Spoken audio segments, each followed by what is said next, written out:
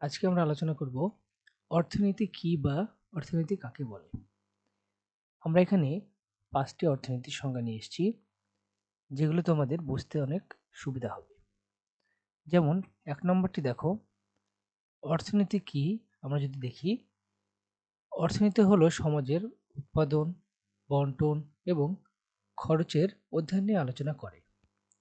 2, অর্থনীতি মানুষের অসীম অভাব এবং সীমিত সম্পদের মধ্যে সম্পর্ক বিষয়ক মানব আচরণ নিয়ে আলোচনা করে।